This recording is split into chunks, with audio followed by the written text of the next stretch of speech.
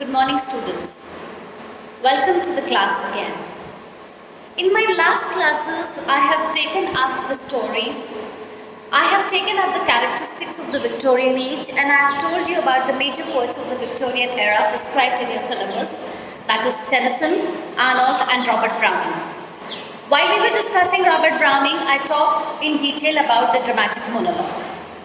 Now let us start with the essays that have been prescribed in your syllabus. Let me tell you one thing in advance. Essays in your syllabus are a little tricky and a little complicated. So I would prefer in the class to go according to the text. Because just explaining the story, just explaining you about the essay will not suffice. So a little bit text would be referred to in the class so that the understanding of all the students is proper. Now let us begin with the first essay prescribed in your syllabus, that is The Man in Black. The essay The Man in Black has been written by Oliver Goldsmith. To tell you a little bit about Oliver Goldsmith was an Irish poet, playwright, and a novelist. His important works include the famous poem The Deserted Village, the most important novel The Vicar of Wakefield, and the essay that has been prescribed in your syllabus, The Man in Black, has been taken from his collection, The Citizen of the World, written in 1760. Now there is something very special about this particular essay. But before we talk about the essay, let me tell you what The Citizen of the World is about. The Citizen of the World essays collection are basically the collection of letters written by a Chinese traveler while he was in England, and the name of the Chinese traveler is Lin Chi. He talks, or he ironically comments on the British morality, manners, and the society.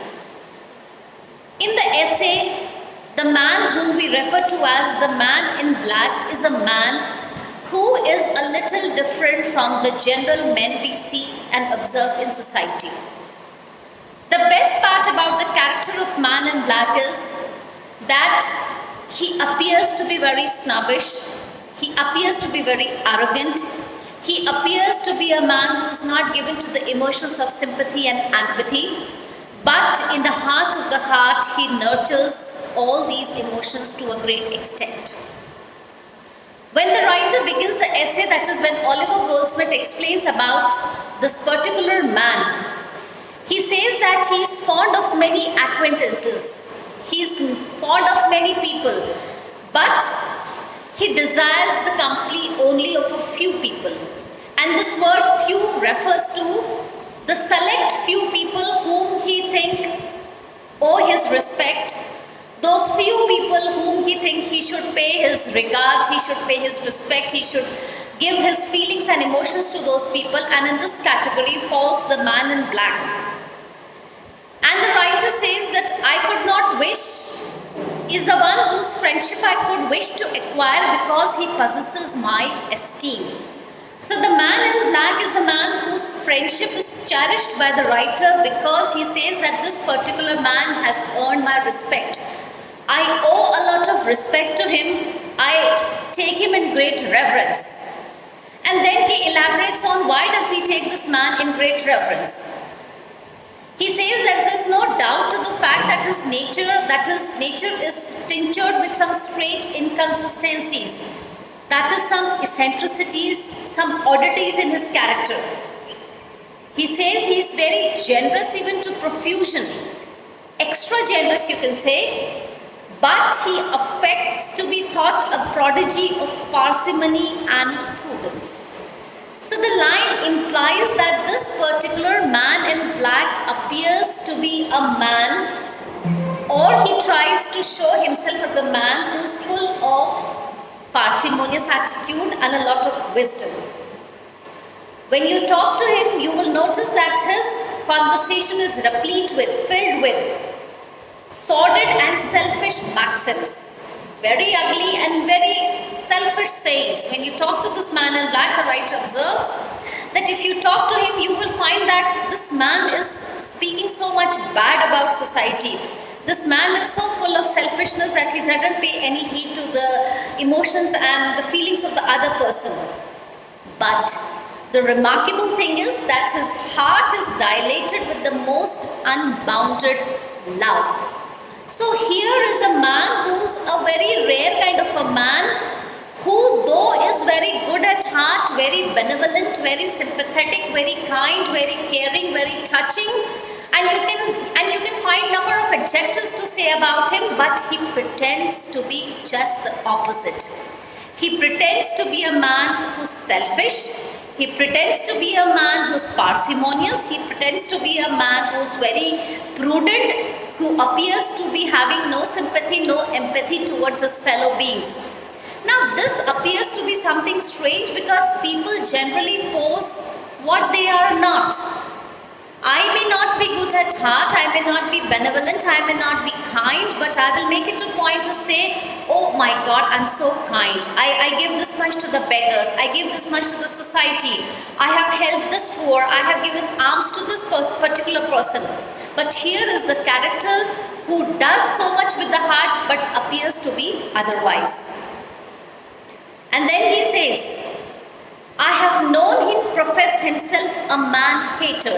The compound word man-hater implies that this particular man in black appears to be a person who hates man, who doesn't have any emotions, any feelings. But while his cheeks was glowing with compassion and his looks were softened into pity. So, there appears to be a distinction between the heart and the mind and the tongue.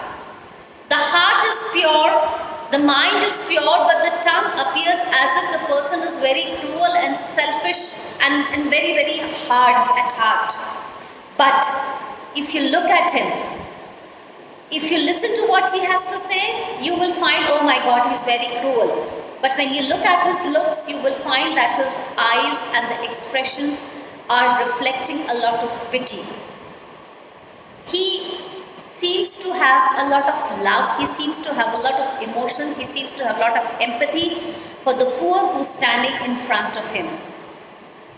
He takes as much pride to hide his feelings as any hypocrite would to conceal his indifference. It implies that this particular man makes a lot of effort to hide the real man he is. The real man, to put in double quotes, Oliver Goldsmith says, is the man whose heart is pure, a man who has unbounded love, care, passion and feelings for the poor, the downtrodden and the people who are in need of some care and concern. But he appears to be otherwise.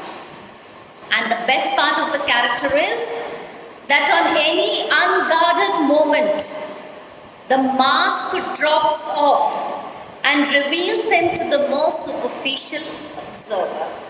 So the writer says, no matter how much he pretends, no matter how much he poses to be cruel and selfish and having no care and concern, but there are moments when he is caught unguarded, when the real person is revealed, when the real nature is revealed. And what is the real nature of the man? That he is full of sympathy, he is full of benevolence, he is full of compassion for the downtrodden and the needy.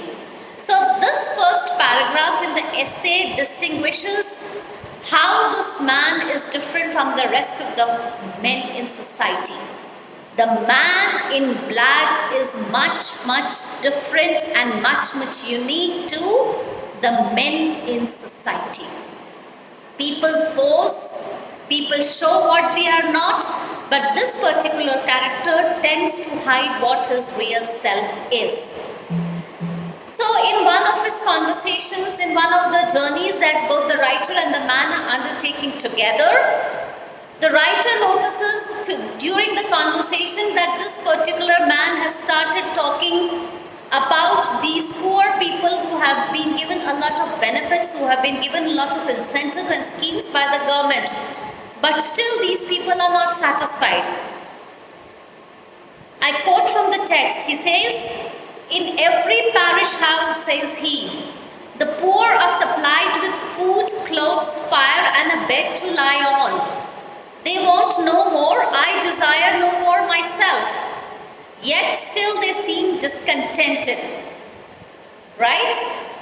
The man in black says that these poor people have been given a lot of facilities, amenities, and supplies by the government, but still these people are not satisfied. They are not happy with what they have been given. And then he says, were I to advise any man for whom I have the least regard, I would caution him by all means to be imposed upon by their false pretenses. Let me assure you, sir, they are impostors, every one of them, and rather merit a prison than relief. We will take up these last 3 lines where he says that I warn the public in general that do not be cheated by the expression that comes to their face. Do not be cheated by what they say. Do not be cheated by what is reflected in their face. And he goes on to say that these people are imposters. These people are cheat. These people are frauds.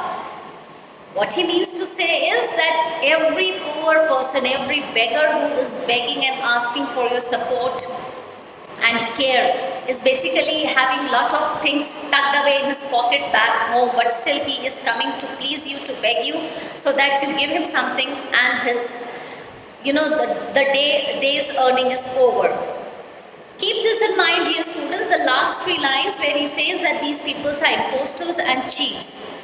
And keeping these 3 lines in the background, in tomorrow's class we are going to take up 2 different episodes mentioned in the essay, which highlight what the man in black said and what he does in reality.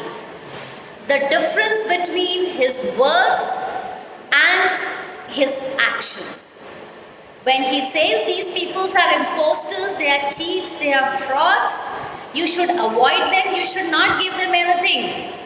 Let us see in the episodes that follow in the essay how he goes out of the way to help them. Why? Because of his inner nature, he is moved in by their sympathy. He is moved in by their life, which is full of torture and trouble. So this much so for the introduction to the class of the essay, The Man in Black. The remaining portion we are going to take tomorrow. Thank you.